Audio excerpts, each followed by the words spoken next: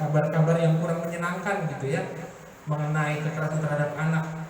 Ada beberapa waktu lalu tuh cukup menyedihkan ya, anak yang depresi karena dibully oleh temannya gitu. Kemudian juga ada peristiwa kekerasan terhadap anak juga di sebuah sekolah, lalu juga ada bahkan di gereja juga terjadi gitu. Jadi kita berbicara tentang yang aman ini, aman yang seperti apa, kita mesti sama-sama sepakati. Oke? Nah, mari kita masuk ke topik yang pertama, bagaimana kita memandang, next slide, Kak. Bagaimana kita memandang seorang anak. Lanjut. Nah, kalau menurut Alkitab tadi sudah dikatakan anak itu bermartabat, berharga dan berpotensi, gitu ya. Ada yang tahu bermartabat itu maksudnya bagaimana? Boleh? Silahkan. Ada yang mau pendapat? Mau berpendapat karena? Oh bukan dia. Ada yang berpendapat? Bermartabat, kalau di Kejadian 1 ayat 27 itu mengatakan bahwa anak itu kita itu diciptakan segambar dan serupa dengan Allah.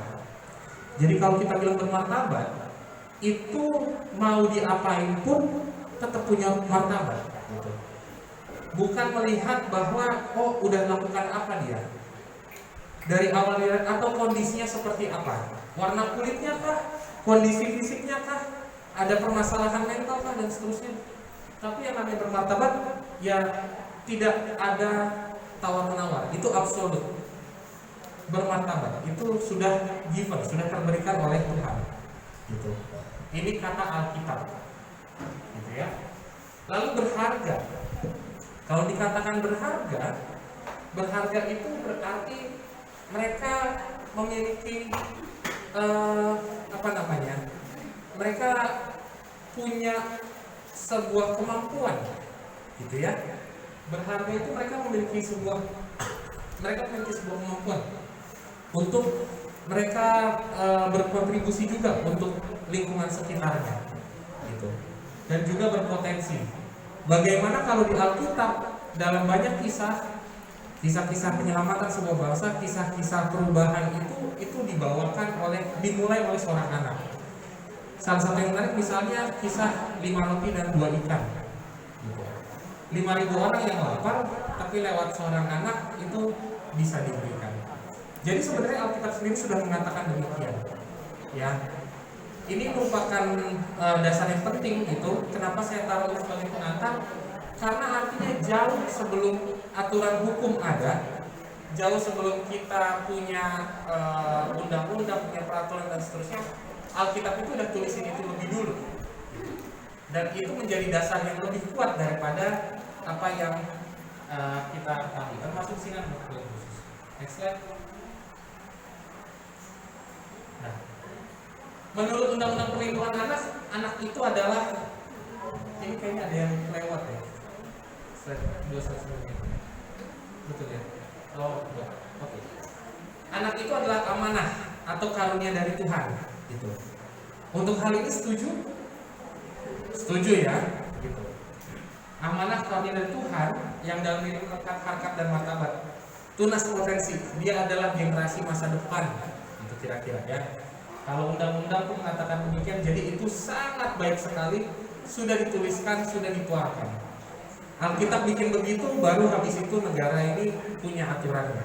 Ada yang lebih sahih mengatakan bahwa anak itu memang patut kita hargai. Dan saya pikir itu kenapa semua orang tua pengen yang terbaik buat anak. Betul ya? Oke. Nah, kita akan masuk next slide. Nah, pertanyaan saya adalah ini. Harusnya tadi ada pertanyaan pertama, berarti slide-nya nggak muncul. Saya mau tanya Bapak Ibu, setuju atau tidak setuju, gitu ya, dengan pernyataan ini bahwa seorang anak itu adalah milik orang tuanya. Jadi orang tua itu berhak melakukan apapun terhadap anaknya. Silahkan. Ada yang memberikan pendapat? Kalau misalnya setuju, boleh berdiri. Kalau tidak setuju, tetap dulu.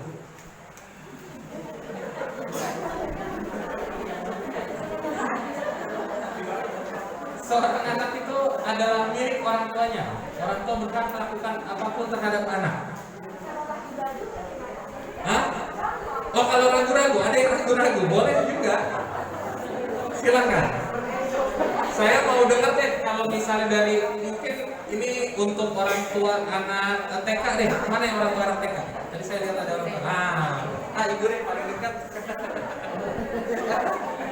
Boleh, ibu atau bapak boleh. Setuju atau tidak setuju kalau anak itu milik orang tuanya, sehingga orang tua itu berhak melakukan apapun terhadap anak? Silakan. Kalau seorang anak milik orang tuanya itu saya setuju. Dia sebelum usia seperti 15 itu milik orang tuanya. Tapi kalau orang tuanya berat melakukan apapun itu tidak setuju. Karena kita harus mempertimbangkan kenyamanan anak, masa depan anak. Oke, baik. Terima kasih. Boleh tepuk tangan dong. Gitu ya. Karena dari antara ibu-ibu ada bapak yang pertama. Sekarang ibu kalau gitu. Ibu yang dari kelas berapa ya? Kelas 2 deh. Ada orang tua kelas 2? Izin saya mau tanya dulu. Mana yang kelas 2? Saya dapat aja ya. Tiba-tiba nggak ngaku ada yang kelas 2.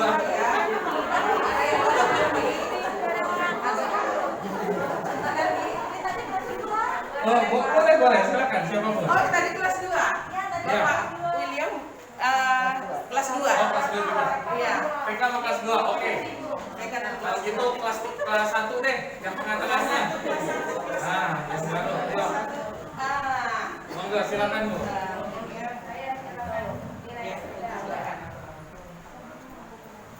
Anak itu milik orang tua dan orang tua berhak melakukan apapun terhadap anak. Setuju atau tidak setuju?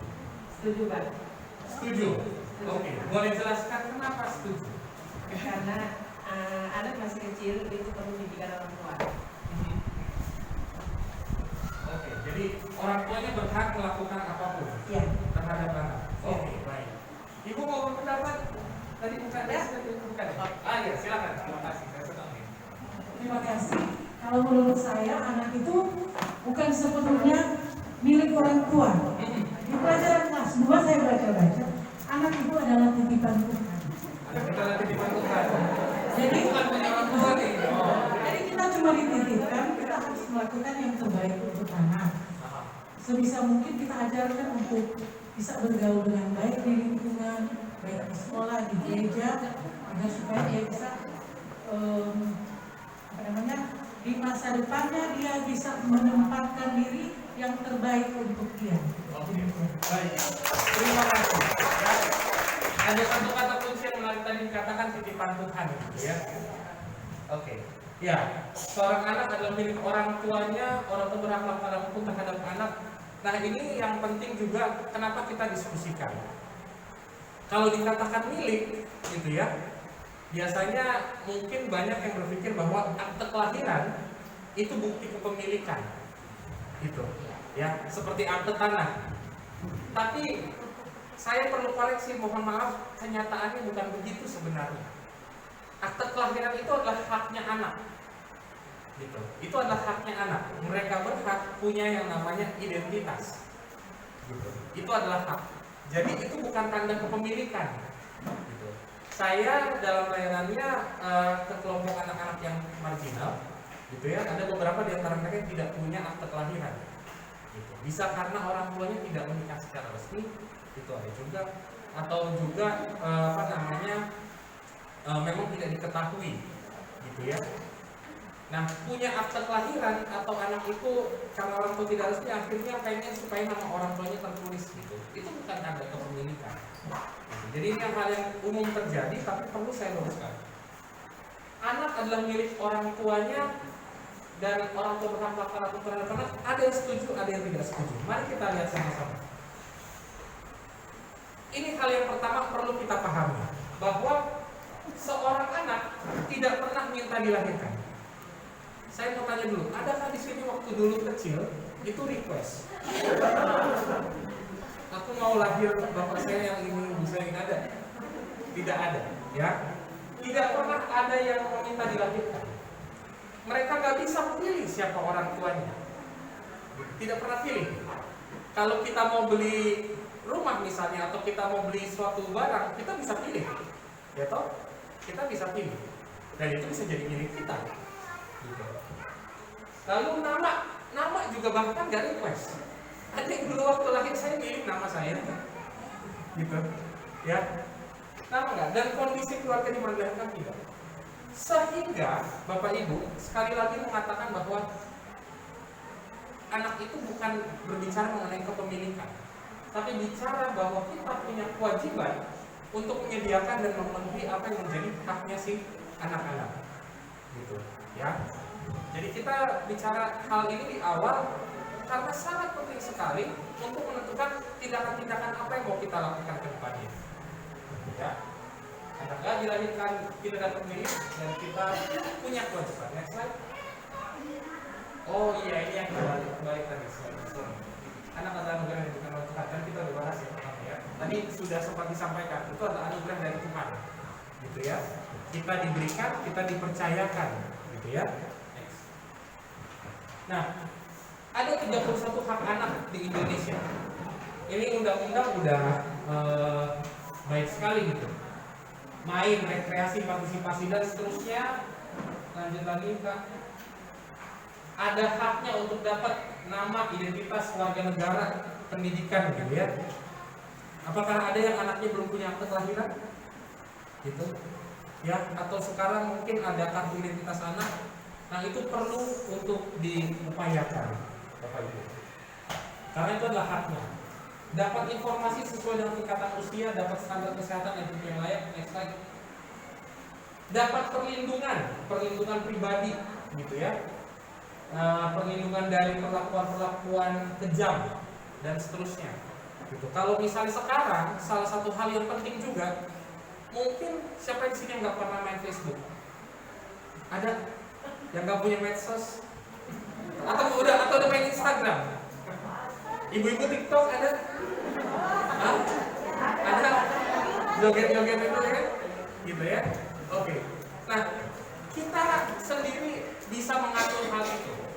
Tapi saya menemukan bahwa anak-anak itu fotonya diposting di media sosial, sepertinya anak itu juga tidak tahu. Gitu. Padahal itu adalah haknya si anak. Penting untuk anak-anak itu tahu apakah dirinya itu dipublikasikan, diceritakan. Kadang-kadang yang sekarang juga jadi tren itu, karena tadi saya agak pikir-pikir waktu tadi dengar suara anak ketawa gitu ya. Itu ada konten TikTok sekarang yang lagi trending itu setelin suara hantu tertawa gitu. Terus habis itu ditinggalin, terus adiknya ditinggal di kamar gitu, jadi kelihatan di video itu panik gitu.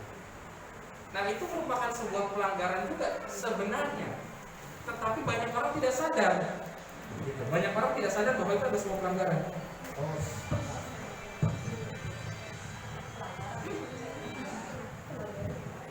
Oke, ini ada pelanggaran ini. Saya lanjutkan dulu. Ya. Oke ya. Nah, jadi hal-hal seperti ini yang perlu kita sama-sama pahami bahwa ada haknya. Next slide, Kak. Ya, termasuk di sini anak-anak yang perlu dapat perlindungan khusus. Saya pikir di kita nggak ada ya situasi ini, dan jangan sampai terjadi gitu ya.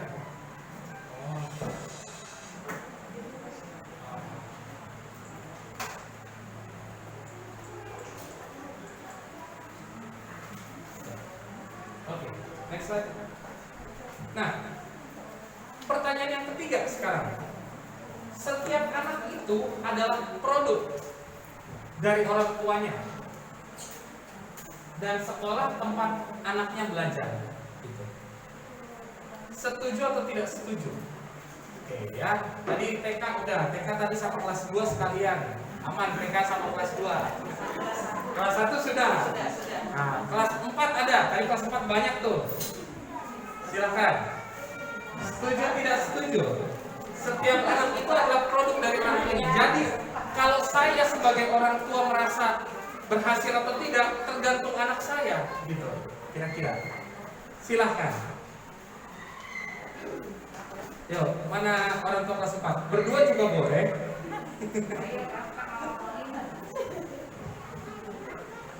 Ada? Atau kelas 5 boleh, silakan.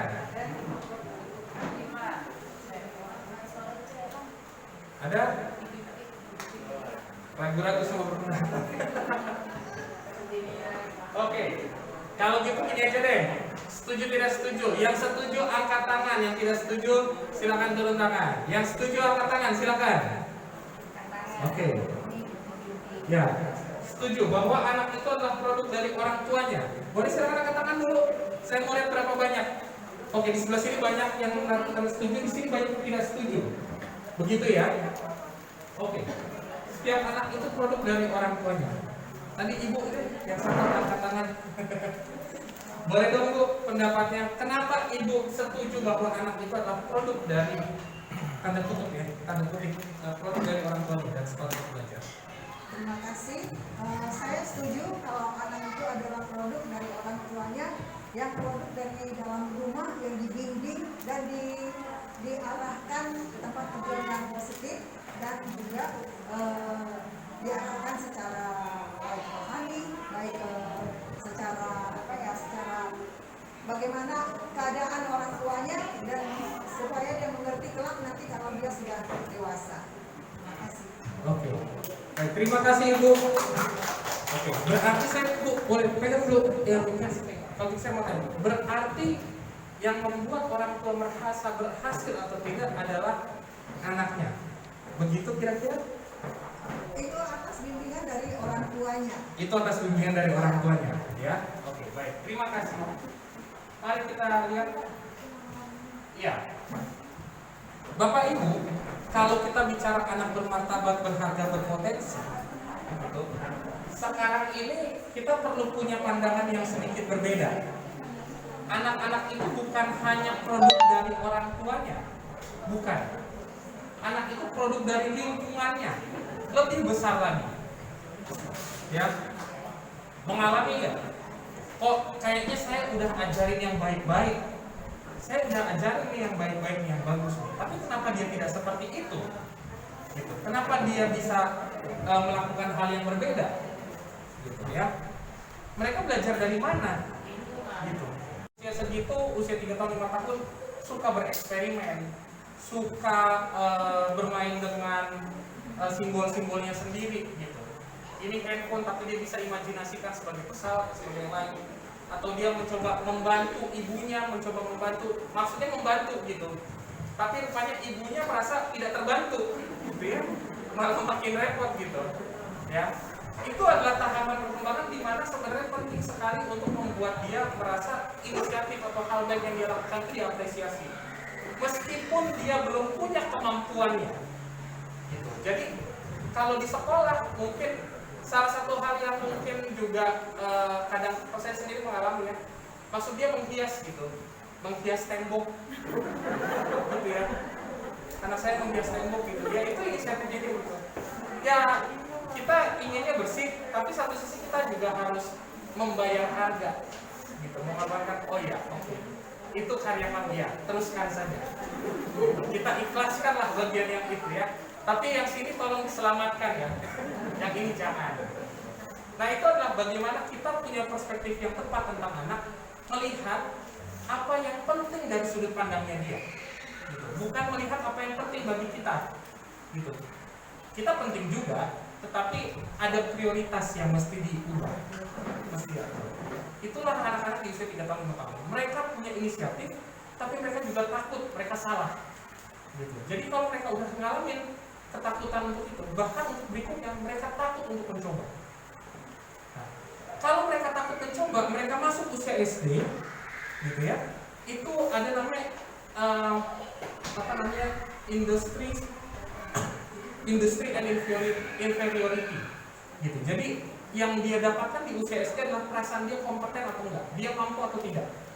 Nah, kalau di usia TK-nya 3 tahun sampai 5 tahun dia tidak punya kepercayaan untuk mencoba, bagaimana mungkin dia bisa menjadi kompeten? Bagaimana mungkin dia bisa berani untuk bereksperimen? Nyanyi ya nyanyi aja, meskipun orang tuanya juga nggak bisa nyanyi gitu ya, nadanya tidak tepat, itu tidak apa-apa, tetap kita lakukan gitu.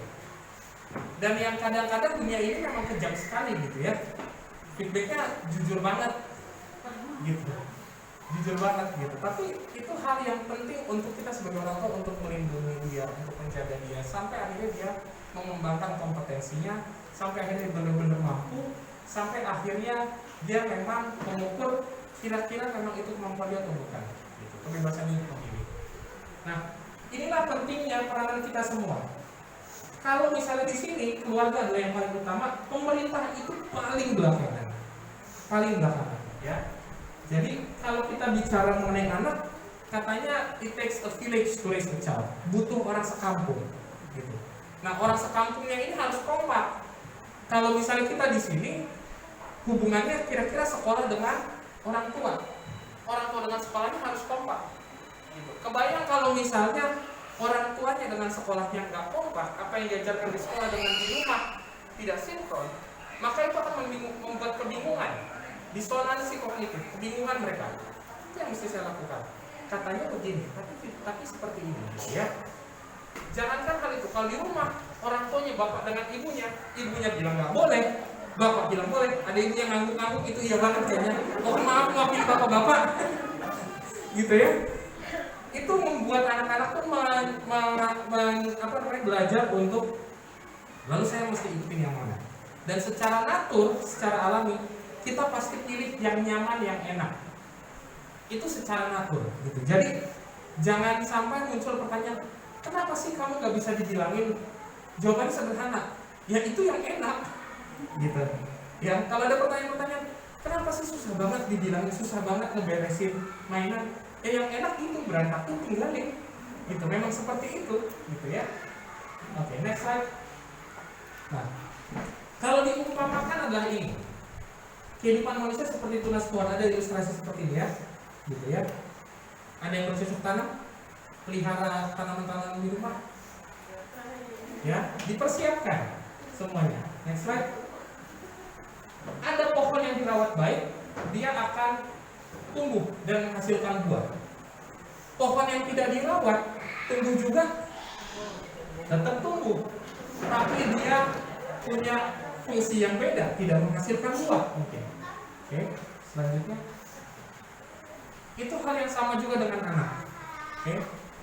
Kalau ada anak yang dapat rasa aman, dia melakukan kesalahan, dikoreksi dengan baik-baik gitu. Dengan yang satu, dia mencoba melakukan sesuatu pun sudah langsung dihardik, sudah langsung dilarang, jangan ini, jangan itu, tentu akan punya kepercayaan diri yang berbeda. Ya, mereka yang paling penting adalah punya rasa bahagia dan rasa aman. Ini ada eksperimen psikologi, saya nggak bisa tunjukkan videonya, tapi ada satu eksperimen psikologi di mana lakukan eksperimen terhadap hewan, terhadap kera, monyet, primata yang kecil yang baru lahir, tapi dipisahkan dari induknya. Dan kemudian di ruangan itu, di dalam box itu ada tersedia tersedia sebuah boneka.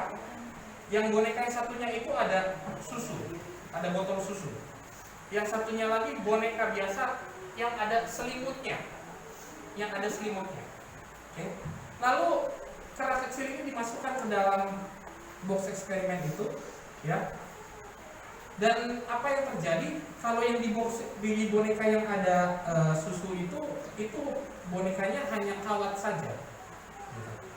Apa yang terjadi dengan monyet? Mereka lebih milih untuk menempel ke boneka yang lembut, yang ada selimutnya, yang hangat itu.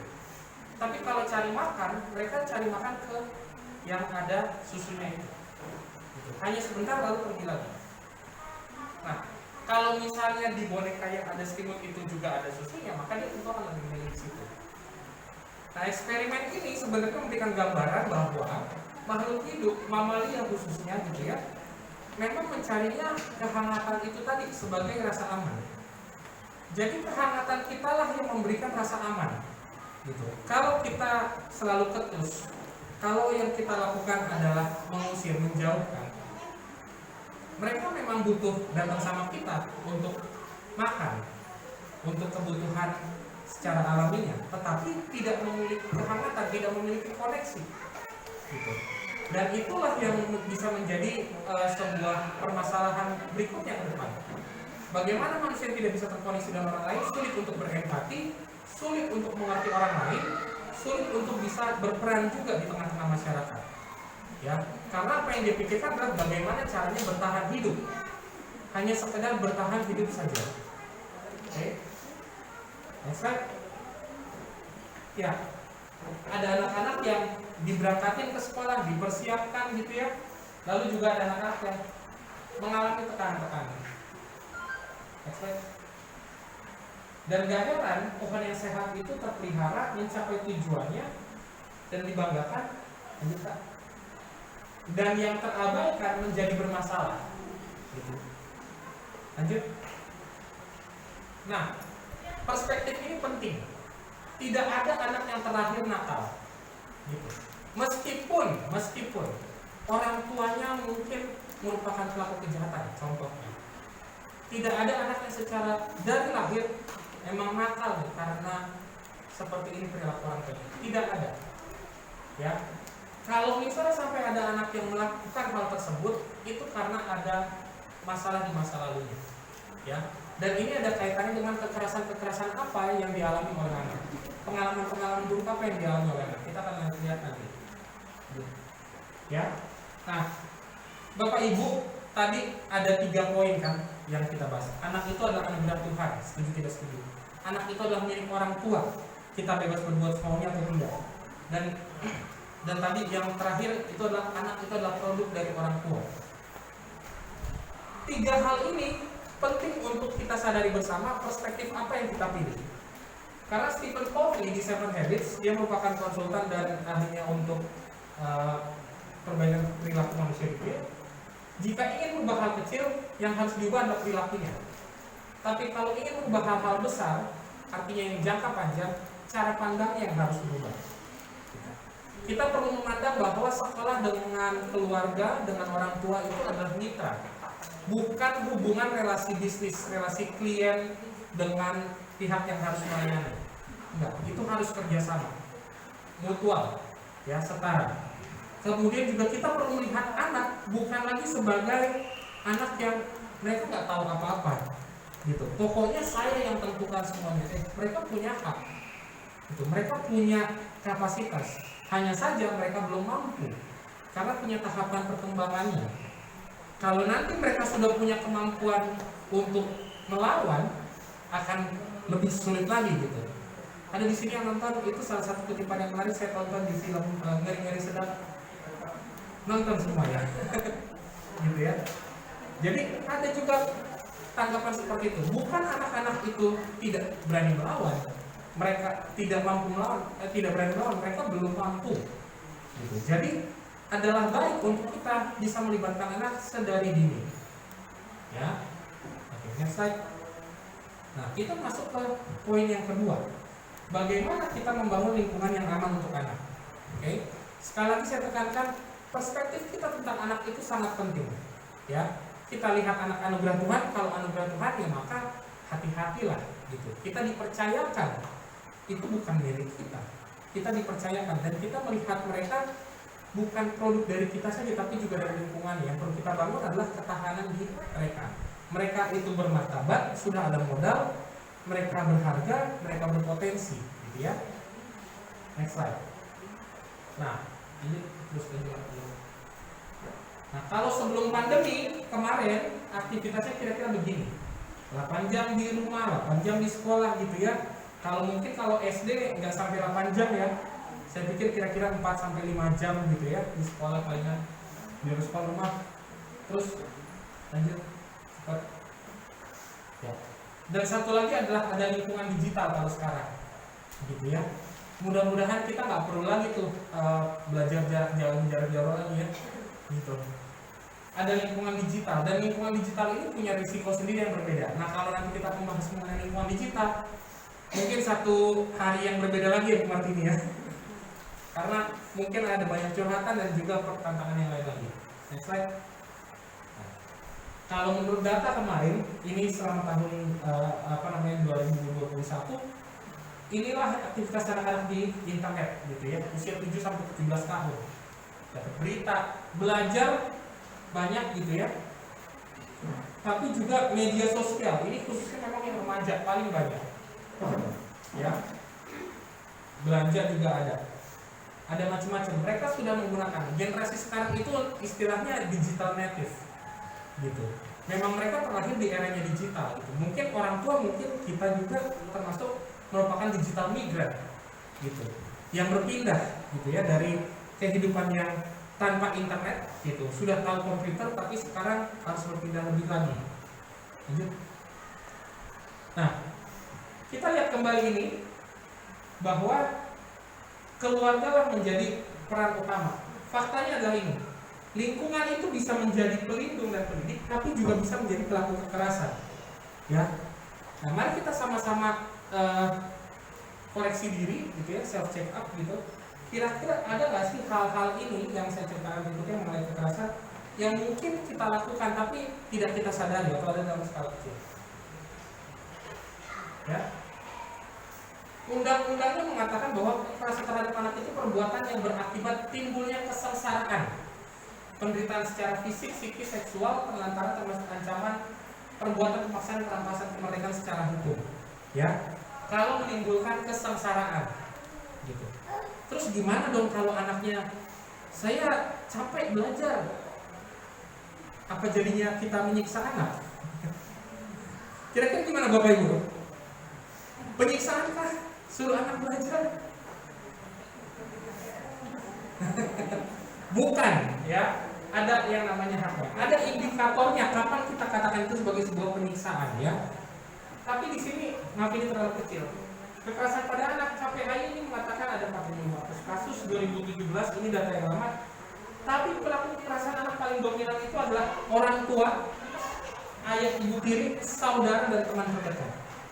Gitu. Mungkin dulu kalau kecil disampaikan hati-hati sama orang asing, gitu. Jangan mau berdiri diajak dan seterusnya sama orang yang gak dikenal, gitu. Iya, dengan orang asing bisa waspada, tapi dengan orang yang terdekat justru paling banyak alami. Lanjut. Dan kekerasan itu dimulai saat tidak dipenuhi dan diabaikannya hak-hak anak. Ya, lanjut lagi. Oke. Nah, lanjutkan. Ya. Oke. Nah, ini yang saya mau perkenalkan, bahwa kita perlu sadar kita dengan anak itu punya perbedaan kemampuan, yang dimana perbedaan kemampuan itulah yang menjadi potensi terjadinya kekerasan. Gitu. Tidak pernah tuh orang yang lemah menindas yang kuat, ya kan? Gak pernah, pasti selalu yang lebih kuat. Gitu. Karena ada perbedaan kekuatan itulah makanya bisa terjadi kekerasan. Makanya kalau di bahasa Inggris istilahnya itu adalah abuse, gitu, penyalahgunaan kekuasaan, gitu ya. Kalau kita hanya kenal dengan kata kekerasan saja, penyalahgunaan kekuasaan. Harusnya kita punya kuasa untuk melindungi, kita punya kuasa untuk mengkoreksi, menolong, tapi tidak kita lakukan. Kita gunakannya yang lain.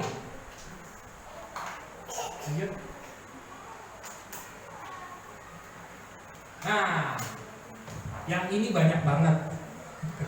Kalau misalnya kita bahas panjang-panjang banget, bisa satu hari berbeda. Nah, saya mau tanya sekarang, siapa yang bisa bantu saya menjelaskan kekerasan fisik itu seperti apa? Boleh? Ibu? Yang paling belakang, Fajar boleh? Ibu, kekerasan fisik itu apa, Bu? Nyubit itu bentuk paling kecil, oke? Ada lagi yang lain? Hal apa? Kekerasan fisik itu nyubit. Ada lagi contoh yang lain? Mungkin bisa merefleksikan pengalaman. Siapa di sini yang bebas dari pengalaman kekerasan waktu kecil? Belum ada.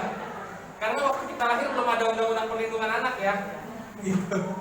Oke, mencubit. Ada contoh yang lain? Apa yang diingat waktu kecil pernah dapat hukuman? Hah? Disetrap gimana tuh? Hah? Berdiri. Itu termasuk kekerasan yang mana tuh? Kekerasan fisik. Oh, boleh. Menarik. Ibu guru juga boleh dong ngomong. Kenapa tuh Bu termasuk kekerasan fisik?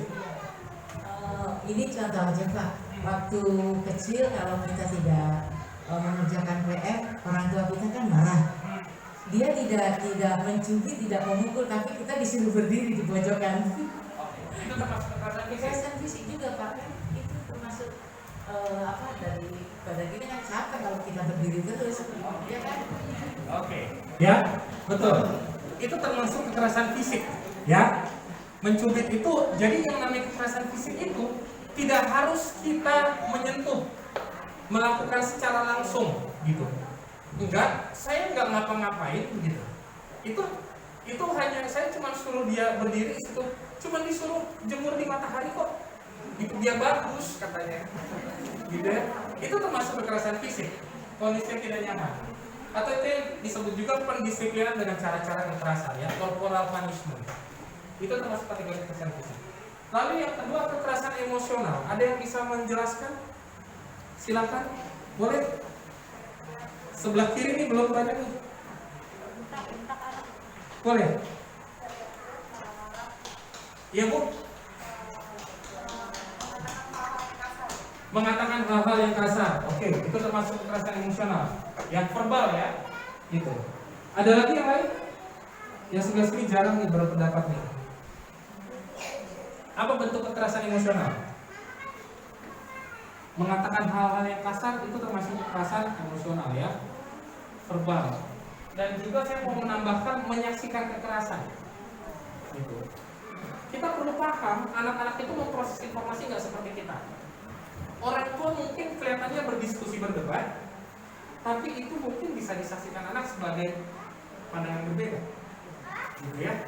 Jadi penting juga untuk orang tua, khususnya kalau misalnya di rumah, juga termasuk saya juga dengan istri saya itu, kalau kami adu pendapat, kami perlu pikir-pikir anak-anak perlu dengar topik ini nggak? Kalau nggak perlu ya kita ngomongin di waktu yang berbeda, gitu ya. Termasuk mungkin juga suara-suara yang keras gitu. Karena bisa jadi juga faktor budaya ya. Kita perlu peka, menyaksikan kekerasan itu merupakan bentuk kekerasan yang juga nyata. Mungkin yang kecil tidak melihat, tapi kita lakukan kekerasan fisik sama yang besar gitu.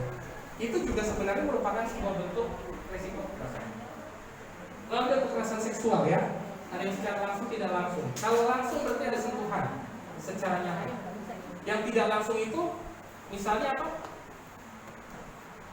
Menunjukkan video porno. Itu salah satu hal. Ya. Itu bentuk-bentuk yang lain. Kalau sekarang banyak kasus di anak-anak remaja khususnya gitu ya, lewat aplikasi chatting, gitu, lewat kiriman media sosial, gitu. Itu termasuk stimulasi-stimulasi yang sebenarnya sangat beresiko sekali. Bisa mengarah kepada tindakan kekerasan seksual secara tidak langsung. Lalu ada yang namanya penelantaran. Nah, poinnya ini Bapak Ibu, saya mau tekankan bahwa tidak melakukan apa-apapun bisa menjadi sebuah bentuk kekerasan. Jadi yang namanya kekerasan itu bukan hanya tindakan yang nyata kita lakukan, tapi tidak berbuat apa-apa, itu juga termasuk bentuk kekerasan. Misalnya penelantaran fisik, sudah lihat kondisinya kurang sehat atau tidak terpenuhi tapi tidak dilakukan pemenuhan kebutuhan, atau pendidikan gitu ya, dia bolos sekolah, dia tidak masuk sekolah, tapi kita tidak melakukan upaya untuk bagaimana caranya membuat dia bisa ke sekolah, bagaimana dia memperhatikan akademiknya gitu. Akademiknya itu bukan semata-mata hanya tanggung jawab, yang penting sekolah itu ngajarnya yang benar gitu. Bagaimana juga dulu penelantaran emosional. Ini juga mungkin tren sekarang, saya juga perlu berhati-hati. Beberapa kali anak saya bahkan bikin lagu menyinggung saya gitu terkait dengan handphone. Ya saya mesti ngaku dosa duluan ya gitu. Pembicara itu kan bukan berarti yang tahu segalanya dan prakteknya sudah paling benar gitu. Kita diasah juga. Misal kita lihat handphone, anak udah manggil-manggil, papa saya mau begini gitu ya. Itu hal yang perlu kita sadari. Lalu ke penelantaran secara medis, tidak memperhatikan apa yang menjadi kebutuhan kesehatannya. Mungkin ada anak yang kok dia kalau di sekolah itu susah gitu, kok dia nggak tahu, mungkin dia punya masalah pendengaran, kita nggak sadar, atau dia punya masalah penglihatan gitu. Jadi kepekaan kita sebagai orang tua itu jadi hal yang penting. Lalu eksploitasi ekonomi dan seksual, ini sudah banyak kasus juga dari ya. Nah, bentuk-bentuk perlakuan salah inilah ada berbagai macam. Yang kita perlu sadari yang mana kita berpotensi melakukannya. Next slide. Nah, sebagai pengingat saja bahwa kita nggak bisa prediksi. Kasus-kasus sekarang menunjukkan, ya, orang-orang yang nggak disangka bisa saja menjadi pelaku. Tokoh agama bisa, guru bisa, orang tua bisa, paman sendiri bisa, kakek nenek sendiri bisa, ya. Jadi kalau kita bicara mengenai potensi kemungkinan semuanya mungkin. Dan yang paling penting adalah kita yang harus bisa mengendalikan diri. Dan itulah pentingnya untuk sebuah sekolah, sebuah organisasi itu melakukan pencegahan. Gitu. Bu, saya masih punya waktu berapa menit lagi? Saya tidak, takutnya saya terlalu lama. Iya, oke. Nah, inilah makanya penting untuk kita sama-sama punya lingkungan dan perlu kerjasama bersama. Ada namanya gerakan ramah anak di sekolah, yaitu upaya membangun budaya yang ramah anak. Gitu. Kita melihat anak itu dengan cara pandang yang sama juga, ya. Melihat mereka bisa didengarkan pendapatnya, perlu diperhatikan, perlu ditelah lebih jauh, dan mencegah terjadi kekerasan. Gitu. Mungkin ada juga yang melihat kok anak bisa membuli ya, bisa setega itu sama temannya. Mungkin problemnya bisa jadi ada di rumah. Gitu. Atau mungkin ada juga pada beberapa kasus orang tua menemukan anak saya baik kok di rumah, selalu nurut kok. Tapi kenapa dia begitu di sekolah? Saya nggak percaya hal itu. Gitu. Salah satu hal yang berpengaruh dengan hal itu adalah karena di rumah kita punya kontrol penuh. Dan anak-anak nggak punya uang untuk berekspresi, nggak punya tempat tawar-menawar. Dia hanya bisa lakukan itu, pemberontakan itu di lingkungan yang lain. Gitu. Jadi bagaimana melihat manusia sebenarnya? Bukan ketika dalam situasi semuanya terkontrol. Semua terkontrol, dikontrol, nggak boleh ini, nggak boleh itu, semuanya dia baik. Belum tentu itu sejatinya di dalam dirinya, karena itu belum menjadi kebiasaannya dia. Ya, makanya kita perlu membangun sebuah sistem, sebuah budaya. Oke, lanjut. Nah, ini gambaran singkat mengenai sekolah ramah anak, gitu ya. Nanti saya akan juga bicara mengenai SKRA. Boleh di-play kali ya?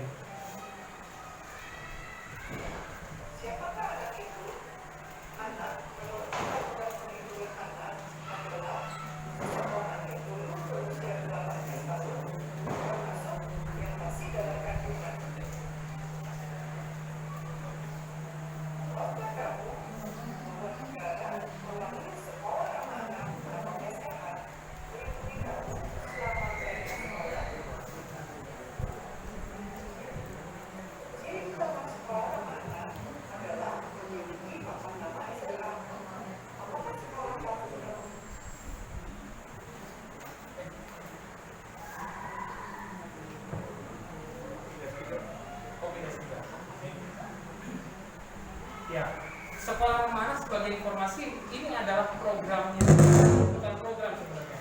Ini adalah upayanya pemerintah dalam kebijakannya supaya dari lingkungan kota sebenarnya, mulai dari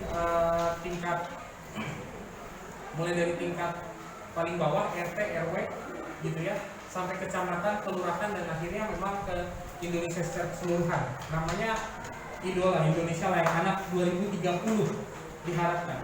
Sekarang sudah tahun 2022, gitu ya. Sementara itu digaungkan, tapi kenyataannya situasi-situasi kekerasannya masih banyak, gitu.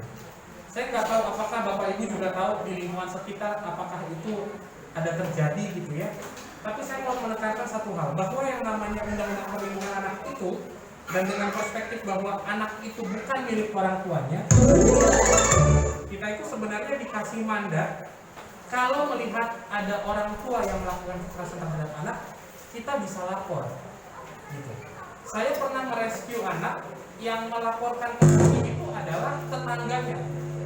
Jadi dia melihat bahwa ini tetangga depannya itu anaknya usia 13 tahun saat itu diusir dari rumah, disuruh keluar dan ditelantarkan saja, gitu. Tidak dikasih makan, gitu, diusir pokoknya, diabaikan.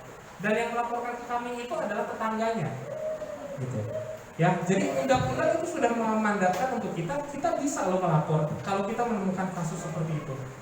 Bapak Ibu juga bisa melaporkan apabila menemukan kasus kekerasan terhadap anak, gitu ya. Itu ke siapa? Bisa ke lembaga non pemerintah, bisa ke lembaga pemerintah, gitu ya. Jadi hal seperti ini kalau kita lihat itu bisa juga kita lakukan. Kalau nggak apa-apa di skip videonya.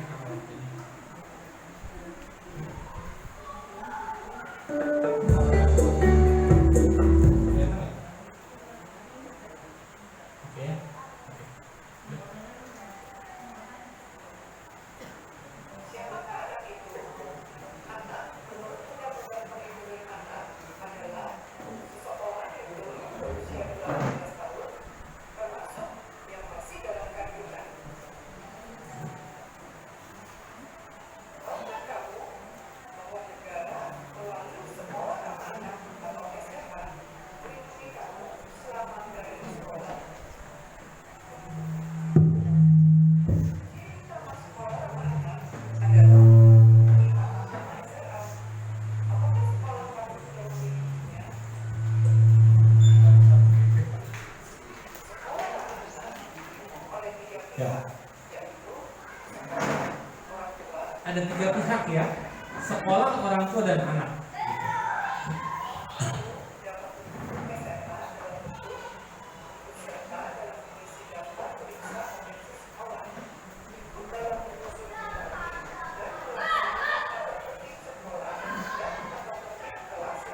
Ya.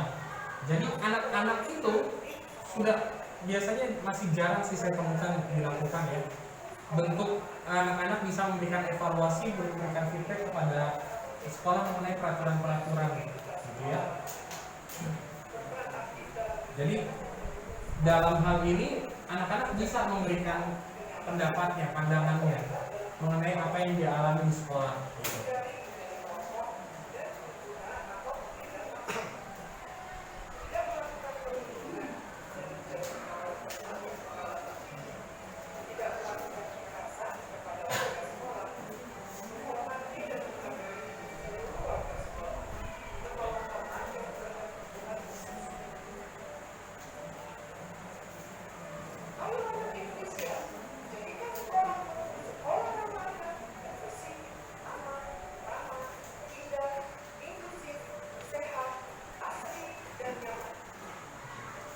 Langsung next slide aja.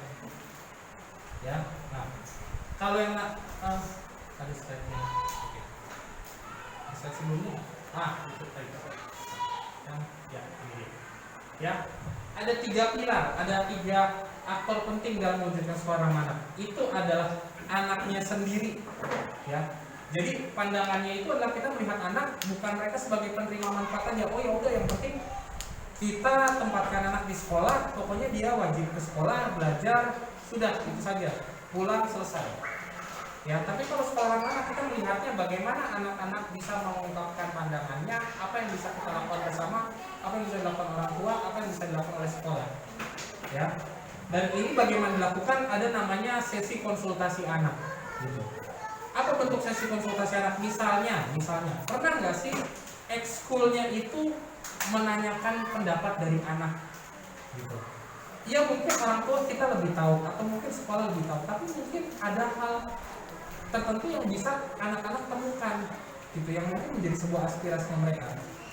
Tentunya berbeda kalau di usia TK dan SD, tentunya tidak sebanyak di SMP dan SMA tentunya ya, exposure-nya gitu. Tetapi ini hal yang sebenarnya menjadi potensi, dan sekarang yang didorong adalah bagaimana anak-anak bisa berpartisipasi. Next slide.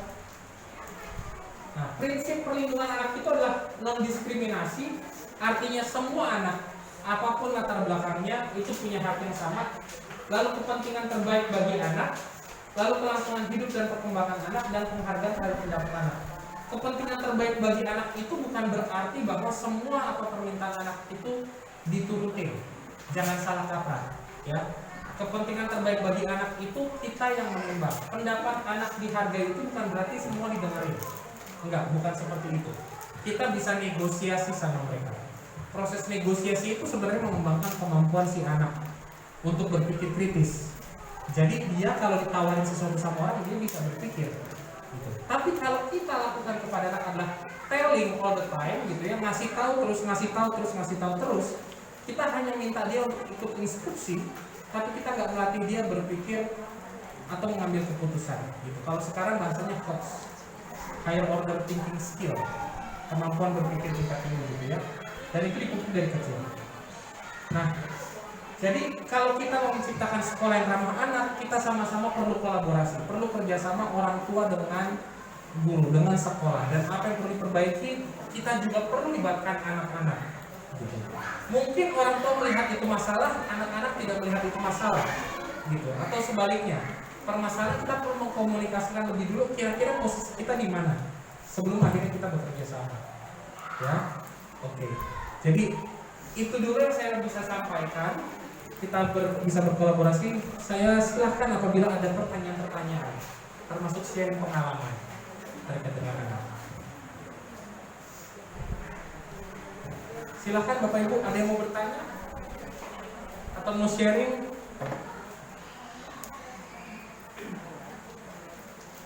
Boleh? Kita masih ada waktu sekitar 10 menit ya.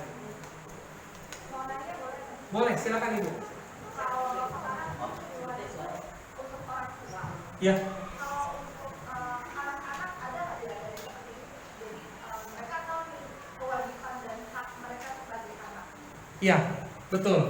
Itu yang penting dilakukan. Penyadaran ke anak-anak mengenai apa haknya dan apa tanggung jawabnya. Gitu. Ada istilah, ada untuk anak-anak istilahnya itu 3R.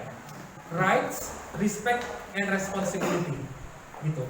Jadi kita perlu tekankan sama mereka bahwa ke sekolah itu adalah hak kamu loh. Itu bukan maunya mama, bukan keinginannya orang tua gitu. Artinya harusnya anak-anak itu yang memang memahami bahwa dapat pendidikan itu adalah memang sebuah hak buat dia. Gitu. Ya. Kita bicara rights. Gitu. Kemudian responsibility, tanggung jawab. Ya kamu sekolah itu kamu ada tanggung jawabnya. Sama, kamu punya hak buat main. Tapi tanggung jawab kamu ya bereskan mainan kamu dong. Gitu. Kamu punya hak untuk makan. Bisa kamu minta sama mama atau papa, saya mau makan apa. Tapi kamu harus habiskan dong. Gitu. Jadi kita bicara rights and responsibility.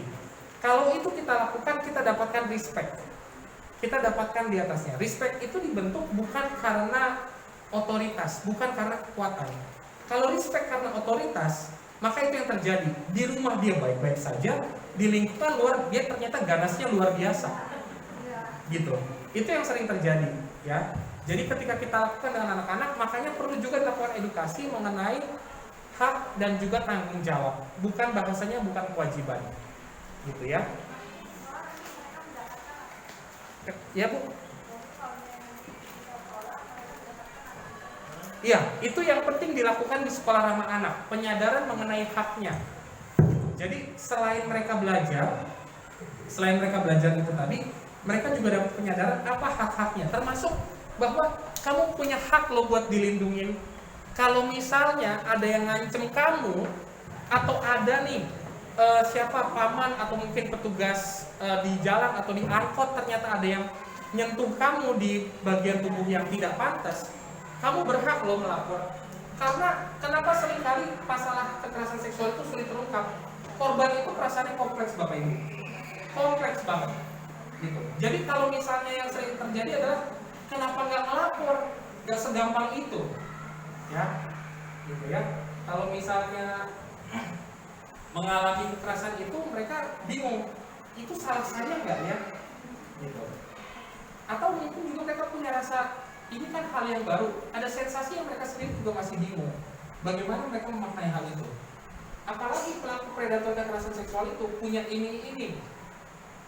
Kamu saya kasih 2.000, karena ada terjadi kasus gitu, 2.000 permen kecil-kecil, tapi dia sudah disentuh di mana-mana. Nah itulah pentingnya kita melakukan edukasi kepada anak untuk pencegahan. Mereka tahu haknya, kamu punya hak untuk nolak. Gitu. Nolak itu adalah hak kamu loh. Gitu. Ya. Tapi kalau misalnya kita biasakan, ayo sana, harus paksa dia untuk, ayo peluk, ayo salam, gitu. Ayo foto, gitu. Tanpa menanyakan persetujuan dia. Kadang-kadang anak-anak mungkin sebenarnya nggak mau difoto. Ngalamin ya? Anak-anak kadang-kadang nggak mau difoto, difoto tuh lagi jelek, gitu kan tadi. Dia maunya catat, ya orang dewasa juga mau catat sama, anak-anak juga mau gitu. Pernah nggak sih kita tanyakan hal itu, gitu ya? Jadi makanya penting untuk kita mengatakan sama mereka, kamu punya hak loh nak, untuk katakan tidak kalau itu nggak nyaman buat kamu. Dan kita sebagai orang dewasa, makanya perspektif itu penting. Siap buat terima pernyataan dia, kenapa itu tidak menyenangkan. Gitu, bukan didinai, bukan disangkal. Ya, saya ngalamin anak saya, aku nggak suka bangun pagi dan aku harus sekolah. Oh ya, sama sih, papa juga nggak suka harus bangun pagi dan pergi kerja. Saya maunya di rumah main sama kamu. Gitu, saya nggak patahkan. Oh kamu nggak boleh gitu. Bukan saya bilang nggak boleh. Boleh, perasaan kamu itu adalah perasaan yang alami. Gitu. Saya tidak menyangkal apa yang kamu rasakan, tetapi ada hal yang perlu kita lakukan. Itulah kehidupan proses. Silakan Bu. Satu lagi, mau sharing aja karena pandemi 2 tahun yang lalu berarti kan di rumah terus. Sedangkan saya sebagai orang tua saya kerja, orang tua mama papa kerja. Jadi almost all time itu dia di rumah komputer. Saya masih bersyukur kalau anak saya itu di dalam dunia komputer mereka dia tidak akses hal-hal yang negatif, terlalu positif. Kalau untuk peraturan kayak gini, saya pernah dikomplain sama anak saya, "Mami, you hit me. Aku akan laporin ini ke polisi." Atau saya melakukan hal-hal menurut dia kekerasan, saya laporin ke SAPAM, saya laporin ke polisi. Itu saya harus bagaimana menanggung menjalankan. Jadi maksud saya, apakah sekolah kita ini anak-anak dikasih penyuluhan untuk menerima dan mempertanggungjawabkan, maksudnya masukan dari orang tua atau guru itu diterima, harus diterima atau diabaikan, atau bagaimana tanggung jawab anak ini setelah mendapatkan pendidikan dari orang tua atau guru. Ya, oke. Baik, terima kasih Ibu pertanyaannya. Ya, ketika anak-anak mengatakan saya akan laporkan, saya tidak terima itu kekerasan dan seterusnya, silahkan perlu samakan persepsi dengan anak-anak apa yang dimaksud dengan kekerasan. Ini pengalaman saya ya, dengan anak remaja nih. Bentuk kekerasan apa yang pernah kamu alami? Ditolak cintanya. Itu perspektifnya anak gitu. Ketika dia bilang saya akan laporkan karena mami mungkin tidak memberikan saya hak atau keinginan saya gitu. Ya kita perlu samakan, oh ya, ayo kita duduk bareng. Yang mana yang saya tidak berikan sama kamu, gitu. Yang mana yang saya lakukan itu menyakitkan untuk kamu. Bantu saya untuk mengerti, gitu. Ya. Kalau salah satu ahli perkembangan anak namanya Justin Wilson, silakan di-Google.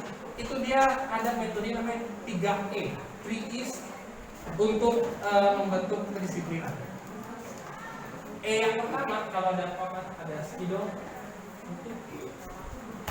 Ya, kalau misalnya yang pertama itu namanya explain. Ya. Explain itu jelaskan. Jelasin dulu. Oh, saya udah bilangin. Bilangin itu bukan explain, Bapak Ibu. Ya.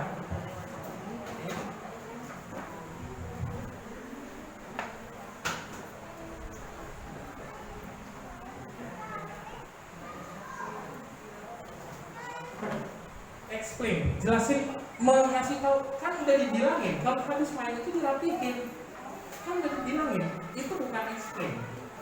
Explain itu adalah, oh kamu gak beresin mainan kamu ya? Tahu gak sih kalau mainan kamu ini dibiarkan di sini, mungkin saya injak itu bisa rusak. Itu explain. Sedikit lebih panjang.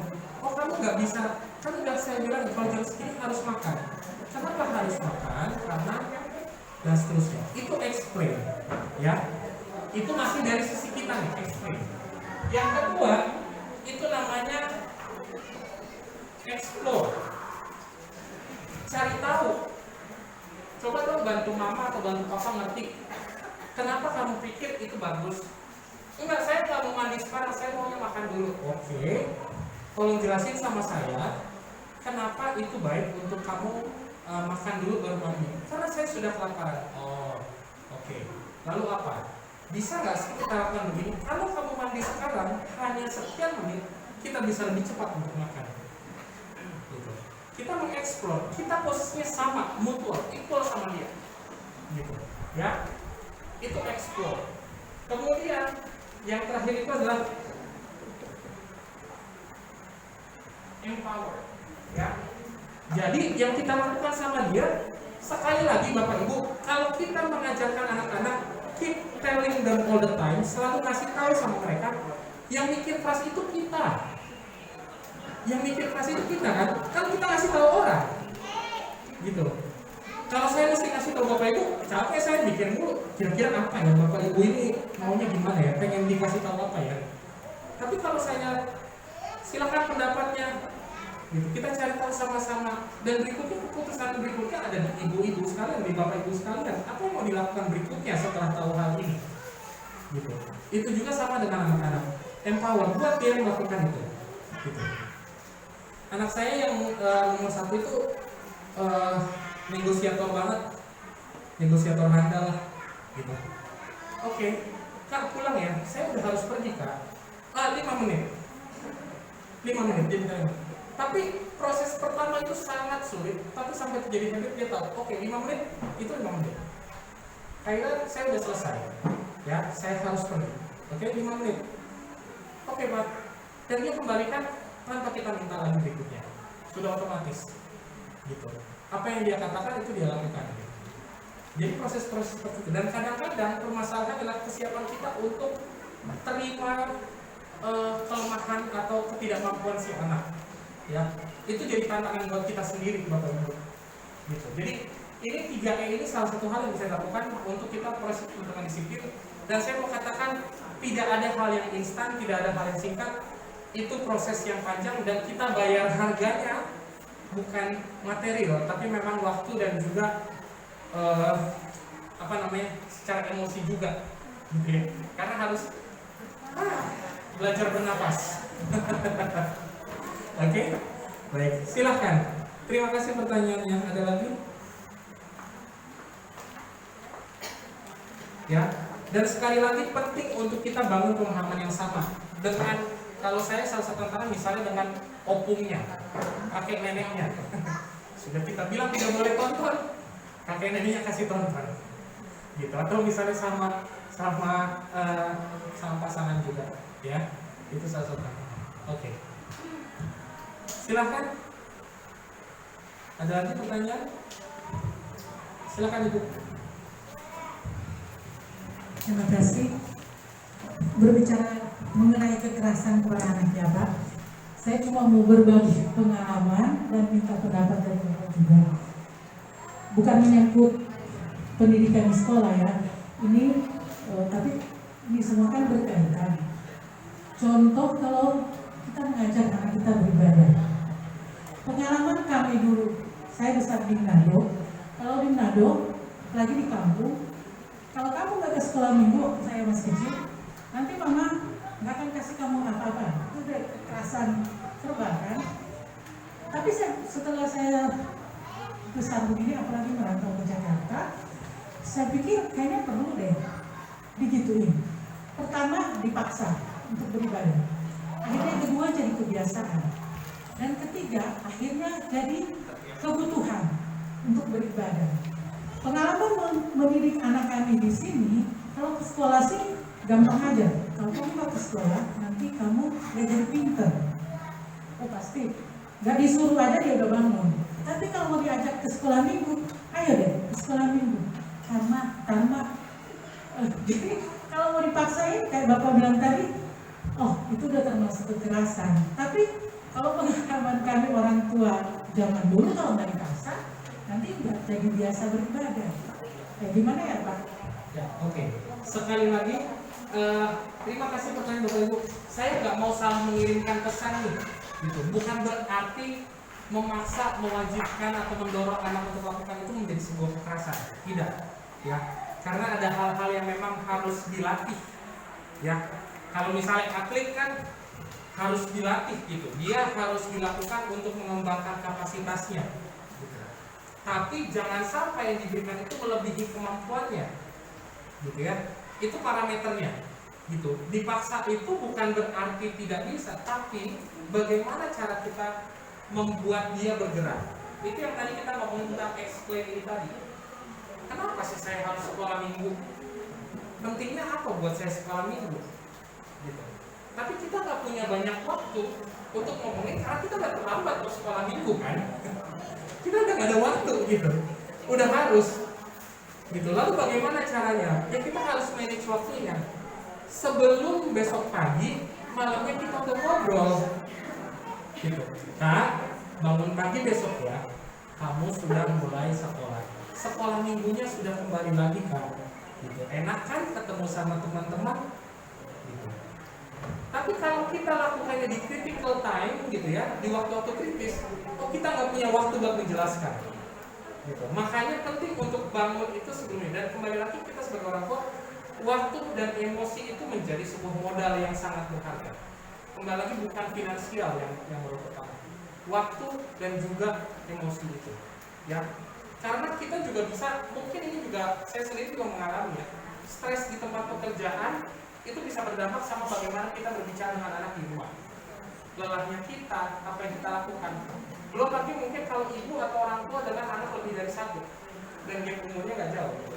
Satu minta, satu lagi minta, habis tangannya satu, yang ini ribut, gitu. Ya, maka kita juga perlu kalau bahasa sekarang healing, gitu ya. Perlu healing, gitu ya. Perlu healing dan perlu ada saling support. Mungkin ibu dengan ibu itu saling support itu juga bisa, gitu. Berbagi, kita nggak sendirian di dunia ini, kita nggak sendirian. Saya juga ngalamin masalah yang sama, gitu. Saya juga ngalamin yang sama, gitu. Bapak-bapak lebih berat lagi mau curhat gimana ya? Sejujurnya seperti itu. Ya, jadi kalau kita bicara mengenai, ya bagaimana kita harus paksa, kita lakukan, ya kita harus bentuk. Tapi bagaimana proses kita untuk melakukan itu? Kita punya pilihan. Lakukan itu di critical time atau kita manage sebelumnya, kita rencanakan sebelumnya. Gitu. Paling aman adalah ya kita manage. Minggu ini gagal, itu bukan akhir dunia. Oke, hari ini begini ya kak, terlambat. Besok kita coba lagi lebih baik ya kak. Gitu. Kita coba lagi lebih baik ya bang. Gitu. Ya, proses-proses itu. Dan kita hanya bisa deliver itu kalau kondisi kita juga stabil. Kalau kita nggak stabil, tidak ada pesan yang sampai, gitu ya. Oke. Karena sebenarnya kalau orang bilang ibu-ibu atau perempuan itu lebih emosional, enggak? Sebenarnya jujur aja, kita manusia makhluk emosional kok. Gitu. Kalau ditawarin diskon kan pengen cepet-cepet beli, gitu ya. Atau misalnya juga ditawarin, oh ya ini lebih untung dan seterusnya dipromosin, kita terdorong, didesak-desak gitu. Itu kan marketing juga begitu. Jadi kita sebenarnya seringkali mengambil keputusan, kita bisa memproses secara rasional, tapi pengambilan keputusan itu seringkali emosional. Gitu. Jadi kalau kita bisa punya waktu lebih, kita tidak terdesak, logika kita, proses berpikir logis kita bisa. Dan itu sebenarnya transfer ke anak-anak, Bapak Ibu. Oh ya, satu lagi saya baru ingat satu contoh kekerasan emosional yang mungkin perlu kita hati-hati. Itu namanya silent treatment. Yaudah, oke saya nggak mengajak ngomong sampai besok, sampai seminggu, gitu. Silent treatment. Penelitian menunjukkan bahwa mereka yang mengalami silent treatment itu punya tingkat kecemasan lebih tinggi. Kenapa? Karena dia nggak tahu salah saya apa ya. Iya, kayaknya saya ada yang salah, tapi saya nggak tahu yang harus dikoreksi. Itu membingungkan dan itu membuat orang yang tumbuh dengan silent treatment yang sering itu punya kecemasan tinggi, overthinking gitu kalau bahasa sekarang ya, pikiran hal ini. Jadi kalau itu nggak mau kita alami, kalau itu kita pernah alamin, jangan kita teruskan itu kepada anak-anak kita. Gitu. Kecenderungan kita sebagai orang tua adalah meneruskan apa yang kita alami sebelumnya. Oke, ya baik, waktunya habis. Terima kasih. Itu saja saya kembali ke PMC. Terima kasih Pak Sutar. Ibu-ibu saya lihat sudah